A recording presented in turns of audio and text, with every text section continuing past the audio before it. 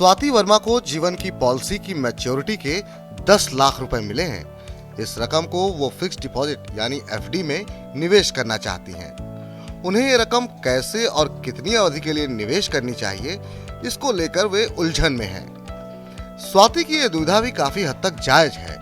RBI के 4 मई को repo दर में 0.4% की वृद्धि करने के बाद तमाम बैंक एफडी की ब्याज दरें बढ़ा चुके हैं।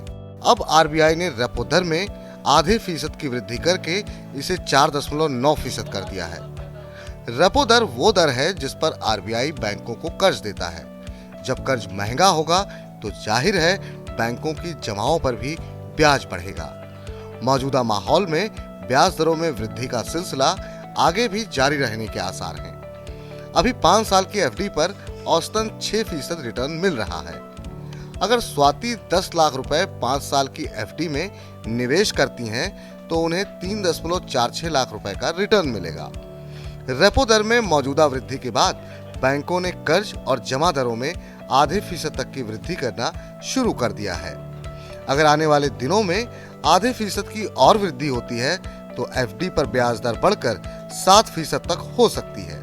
ऐसे में स्वाति 7% की दर पर एफडी में निवेश करती हैं तो उन्हें 5 साल में 4.14 लाख रुपए का रिटर्न मिलेगा।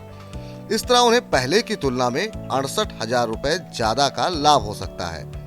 विशेषज्ञों का मानना है कि ब्याज दरों में वृद्धि का दौर लंबे समय तक चलेगा।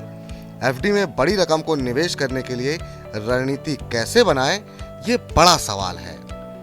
Tax and investment expert Balwant Jain कहते हैं कि ब्याज दरों में वृद्धि का सिलसिला अगले 6 से 8 महीने तक चल सकता है। ऐसे में लंबी अवधि की एफडी कराने में कोई समझदारी नहीं है। ब्याज दरों में तेजी का फायदा उठाने के लिए अभी 6 महीने की छोटी अवधि की एफडी कराएं। अगर इस दरमियान ब्याज दरें बढ़ भी जाती हैं तो इतनी छोटी अवधि में कोई खास असर नहीं पड़ेगा। जैसे ही अवधि पूरी हो जाए तो उस रकम को ऊंची ब्याज दरों में निवेश कर दें। अगर 10 लाख रुपए निवेश करते हैं तो इन्हें 2.5 लाख करके 4 किश्तों में निवेश करें। अगर इस निवेश को अलग अलग अवधि के लिए करते हैं तो बेहतर विकल्प साबित हो सकता है। बड़ी रकम की टुकड़ों में एफडी कराने से कोई नुकसान नहीं होगा। टुकड़ों और अलग अलग अवधि के लिए निवेश करने से कई बड़े फायदे हो सकते हैं।